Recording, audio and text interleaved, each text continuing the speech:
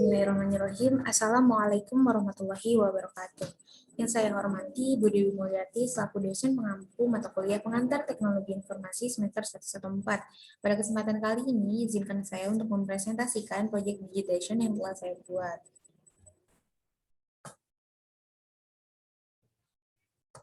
Ya, proyek digitization ini berjudul Usaha E-commerce menurut Provinsi. Sebelumnya, perkenalkan, saya Salma Syahbana Negara dengan NIM 1302620017 dari Prodi Pendidikan Fisika B Angkatan 2020. Untuk proyek digitization ini yang akan saya paparkan, yang pertama itu ada grab the data, proses the data, dan present the data. Adapun tujuan saya menyajikan data ini adalah untuk mengetahui dan menyediakan potret atau gambaran potensi serta perkembangan usaha e-commerce dengan melihat jumlah tenaga kerja dan jenis barang atau jasa yang dijual pada setiap provinsi dalam kurun waktu setahun. Hal ini juga dapat menunjukkan seberapa besar masyarakat memanfaatkan teknologi informasi dan komunikasi untuk membeli atau menjual barang dan jasa melalui internet. Nah, yang pertama, how grab the data. Data ini saya dapatkan dari situs web resmi Badan Pusat Statistik yang periodenya itu merupakan hasil survei e-commerce tahun 2020. Artinya, data yang saya tampilkan ini merupakan data tahun 2019. Kemudian datanya itu merupakan data akurat terkait usaha e-commerce yang disajikan dalam bentuk tabel menurut 34 provinsi. Dari data tersebut saya mengambil data e-commerce tenaga kerja dan jenis barang atau jasa yang dijual. Linknya tertera sebagai berikut. Link dari web situs Badan Pusat Statistiknya. Dan ini merupakan tampilan dari Badan Pusat Statistik yang saya kunjungi. Saya mendownload publikasinya kemudian membuka dalam bentuk file PDF. Nah, ini data yang saya ambil. Yang pertama itu ada tenaga kerja 34 provinsi menurut jenis kelaminnya laki-laki dan perempuan. Kemudian ada jenis barang dan jasa yang dijual. Terdapat 13 icon yang saya ambil dari masing-masing provinsi.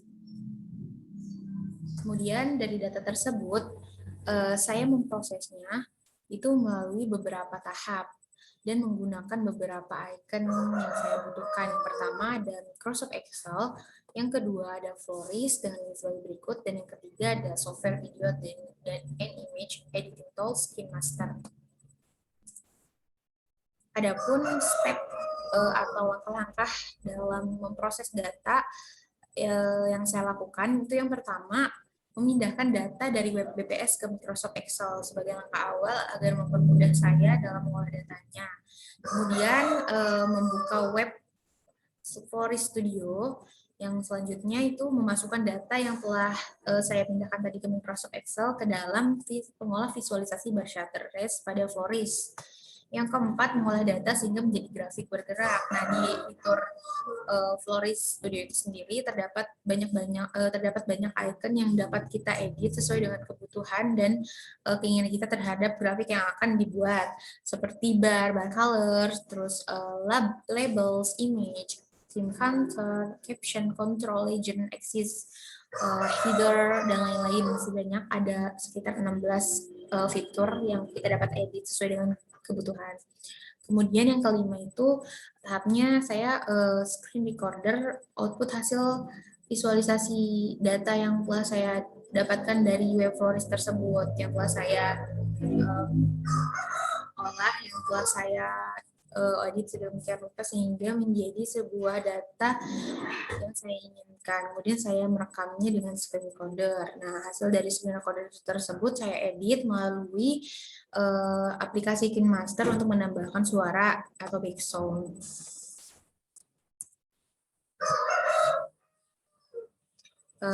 Ini merupakan tampilan dari data yang saya olah di Floris. Jadi ini tampilan yang pertama setelah data yang dari Microsoft Excel itu dipindahkan ke sini, tampilannya seperti ini.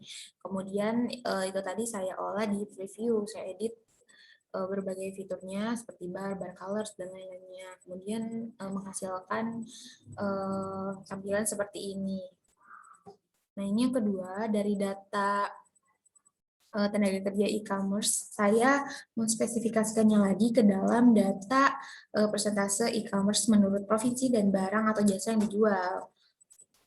Makanya sama seperti data yang pertama, yaitu memasukkan data dari Microsoft Excel ke Web Floris, kemudian mengeditnya di preview, mengganti berbagai fitur sesuai dengan kebutuhan, dan tampilan akhirnya seperti ini. Nanti akan saya tampilkan video dari visualisasi data yang saya buat.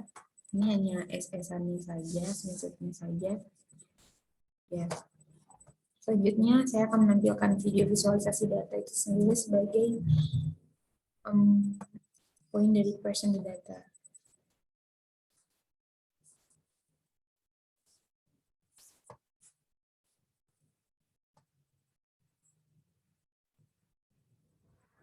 Ini yang pertama, persentase tenaga kerja usaha e-commerce menurut provinsi dan jenis kelamin tahun 2019. Lihat bahwasannya angka menunjukkan bahwa di antara laki-laki maupun perempuan sama-sama memiliki angka yang cukup tinggi dan saling bersaing satu sama lain.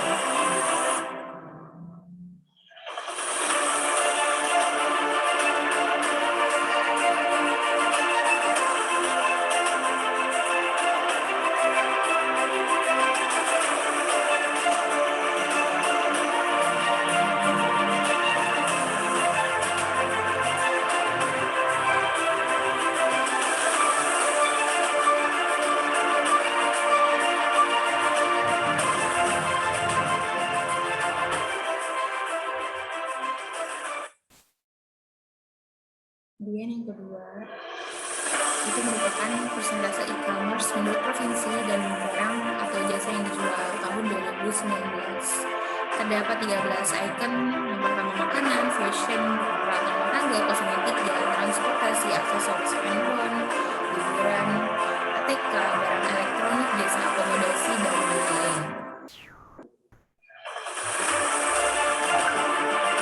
Melihat bahwasannya data yang paling banyak dijual itu makanan, kosmetik, fashion, dan lain-lain, saling bergantian tempat di posisi pertama pada setiap provinsi.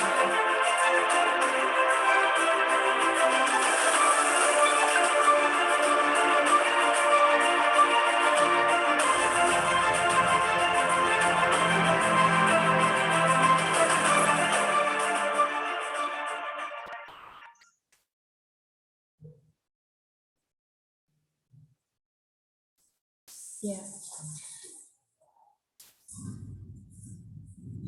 itu tadi.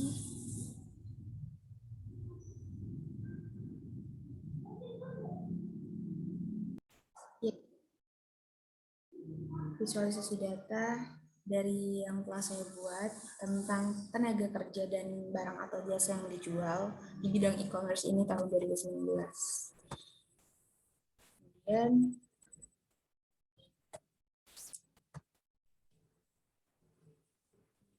dari data tersebut, saya dapat menganalisis bahwasannya di era saat ini masyarakat telah banyak memanfaatkan teknologi informasi dan komunikasi untuk membeli atau menjual barang dan jasa melalui internet.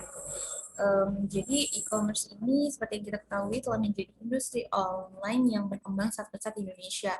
Hasil survei e-commerce 2020 menunjukkan 47,48% pekerja berjenis kelamin perempuan, meskipun masih di bawah pekerja berjenis kelamin laki-laki, namun angka ini menunjukkan selisih yang sangat kecil, sehingga berdasarkan hal itu dalam jangka panjang tidak menutup kemungkinan bahwa pelaku usaha e-commerce akan semakin banyak didominasi oleh kalangan hawa dengan asumsi lebih mengerti kebutuhan konsumen yang berjenis kelamin sama, karena seperti yang kita lihat di sekeliling kita bahwasannya konsumen e-commerce ini kebanyakan dari kaum hawa. Kemudian dari data yang jenis barang dan jasa dapat disimpulkan bahwasannya dalam usaha e-commerce jenis barang dan jasa yang paling banyak terjual pada tahun 2019 adalah makanan dan minuman, yaitu sebesar 30,90% dari keseluruhan usaha yang menjadi sampel e-commerce. Jenis barang atau jasa yang banyak terjual pada urutan kedua adalah fashion meliputi baju, meja, jaket, kaos kaki, kaos kaki, aksesoris, dan kacamata, dan lain sebagainya dengan proporsi 23,95%. Kemudian di urutan ketiga adalah jenis barang jasa yang tergabung dalam kategori lainnya mencapai 17,99%. Urutan selanjutnya adalah kosmetik atau kecantikan sebesar 8,87% dan barang rumah tangga seperti furnitur, peralatan dapur, dan lain-lain yang terjual sebesar 8,25%. Kemudian selama tahun 2019, penjualan jenis barang atau jasa makanan, minuman, dan bahan makanan dari usaha e-commerce di Provinsi Kalimantan Utara menunjukkan atau menduduki tempat rata sebesar 52,38%. Kemudian diikuti oleh Papua 42,86%, Maluku Utara 42,62%, Kepulauan Riau 41,45%, dan Sulawesi Utara 40,48%. Kesimpulannya dari data yang saya tampilkan itu memiliki sasaran kepada generasi muda yang berkeinginan kuat untuk membuka usaha. Dengan melihat data ini, diharapkan akan memunculkan strategi dan gambaran seputar hal apa yang dapat dipasarkan dan dijualkan. Selain itu, memotivasi bahwa tidak perlu ragu dan takut untuk memulai sebuah kesempatan yang tidak boleh terlewatkan, yaitu menggunakan dan memanfaatkan teknologi informasi untuk sesuatu yang bermanfaat dan dapat menghasilkan. Baik, mungkin itu saja yang dapat saya presentasikan. Mohon maaf apabila masih terdapat banyak kekurangan dan kesalahan dalam pengucapan atau tutur kata yang saya telah ucapkan. Sekali lagi mohon maaf, terima kasih yang sebesar-besarnya. Wassalamualaikum warahmatullahi wabarakatuh.